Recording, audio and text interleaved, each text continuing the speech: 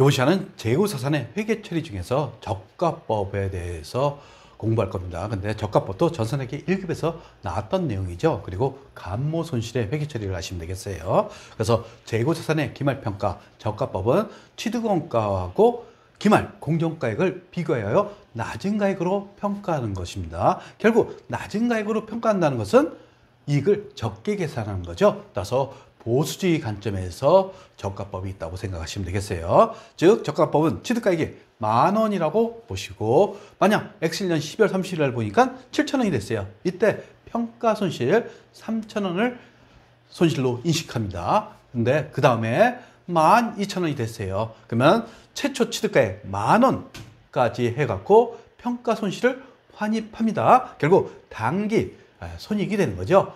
그런데 상승분 2,000원에 대해서는 평가이익을 인식하지 않습니다. 이게 저가법이 되는 겁니다. 그래서 평가손실 환입은 최초 취득가액 한도까지만 인정된다는 거 여러분들이 다 공부했던 내용입니다. 적용 방법 보시면 원칙 종목별로 하게 돼 있어요. 근데 예외적으로 조별로 할 수가 있어요. 즉 쇠고기를 전체를 묶어서 할 수 있다는 얘기입니다. 그리고 돼지고기 전체를 묶어서 할 수가 있다고 보시면 되겠어요. 그리고 재고자산의 공정가에 원재료는 유입시장에서 사오는 거죠. 그러니까 현행 대체합가 지금 샀을 때 얼마냐 이겁니다. 근데 상품, 제품, 제공품은 유출시장에서 지금 팔았을 때 얼마를 회수하느냐, 즉 순실현 가능 가치라고 표현하죠. 여기에 추정 판매가액에서 추정 판매비를 차감하는 게 순실현 가능 가치가 되는 겁니다. 따라서 회계 처리는 차변의 평가 손실 그리고 대변의 재고자산 평가 충당금 이렇게 하시면 되는 겁니다. 그래서 요 재고자산 평가 충당금은 재고자산의 평가 계정이 되는 거예요. 결국 재고자산 차변에 있죠. 차변에 있으니까 마이너스로 표시되는 겁니다. 그래서 재고자산의 차감적 평가 계정이라고 표현하죠. 그리고 요 재고자산 평가 손실은 영업거래로서 매출원가가 되는 겁니다. 그리고 만약 환입됐어요. 환입 시 재고자산 평가 충당금이 차변에 가죠.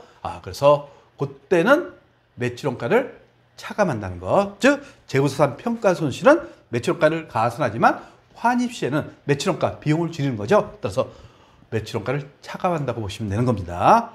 그리고 재고자산 감모손실하고 평가손실 관계, 즉 감모수량이 20개고 이 중에서 정상감모가 15개, 비정상감모가 5개라고 가져갑시다. 지금 장부상 100개 단가 1,000원이에요. 결국 장부상 가액은 10만 원이죠. 근데 실제 보니까 800개하고 단가가 800원이 됐어요. 결국 실제 재고자산은 80개 곱하기 800원인 64,000원이 실제 재고자산이 되는 겁니다. 그래서 우리는 대원칙이 있었죠.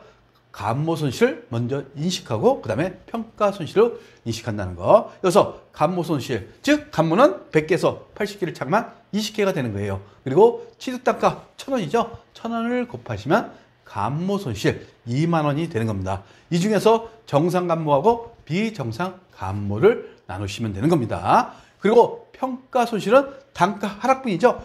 200원, 즉 1,000원에서 800원 됐으니까 200원 곱하기 실제 재고 80개 곱하시면 16,000원의 평가손실이 되고 이 평가손실은 매출원가를 가산한다고 보시면 되겠어요. 그러면 여기 취득원가 1,000원하고 100개 하시면 10만 원이 되는 거죠. 여기서 비정상감모 몇 개? 5개죠. 100개에서 95개. 여기에 1,000원씩 곱하시면 취득원가 곱하시면 5,000원이 영업의 비용인 비정상감모가 되는 겁니다. 매출원가는 정상감모죠. 15개 곱하기 1,000원, 즉 15,000원이 되는 거예요. 즉 감모손실은 정상감모하고 비정상감모 합친 2만 원이 되는 겁니다. 그리고 매출원가인 재고자산 평가손실은 80개가 실제 재고가 되는 거죠. 이 중에서 단가 하락이 200원이 되는 거예요. 따라서 200원 곱하시면 16,000원이 되는 겁니다. 그리고 순실현 가치 800원 곱하기 80개가 되니까 기말 재고자산은 64,000원이 되는 거예요. 그리고 관세 환급금이 있는데 이것은 전산세무이급에서 거의 나오지 않습니다. 근데 여러분들이 나중에 취업했을 경우에 이런 관세 환급금에 대해서 부딪히는 경향이 있어요. 그러니까 그때를 대비해서 계략적으로 알고 계시면 되는 겁니다. 근데 관세금은 전산세무 2급에서 한 번 나온 적이 있어요. 근데 이제 거의 안 나옵니다. 그래서 기본적인 내용만 알고 계시면 되겠어요. 즉 한국하고 미국이 있어요. 그러면 미국으로부터 원재료를 수입했어요. 그러면 수입 시에 수입 관세를 납부하게 돼 있어요. 근데 한국에서 수입한 원재료 갖고 재가공 후 수출했어요. 이럴 경우에 수출 시 수입 관세를 환급해 주는 게 관세 환급금이 되는 겁니다. 따라서 이것은 상품 또는 제품의 매출원가에서 차감하는 형식으로 표시하게 되어 있다는 것을 여러분들이 참고적으로 알고 계시면 되겠어요. 그럼 예제를 보도록 할게요. 원재료를 수입하면서 울산세관으로부터 관세 10,000원을 현금 납부하다. 결국 원재료를 수입했으니까 원재료의 취득 부대비용이 되는 거죠. 따라서 차변의 원재료 10,000원, 대변의 현금 이렇게 회계 처리하는 겁니다.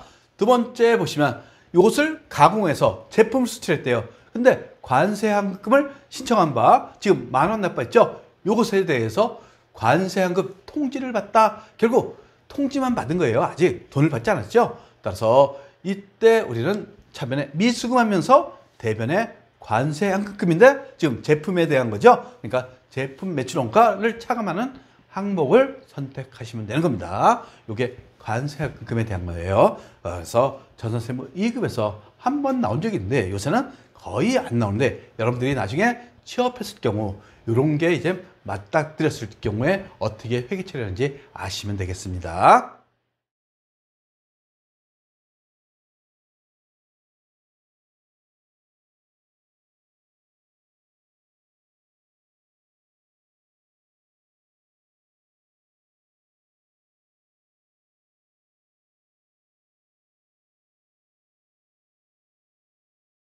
구독과 좋아요는 우리에게 큰 힘이 됩니다.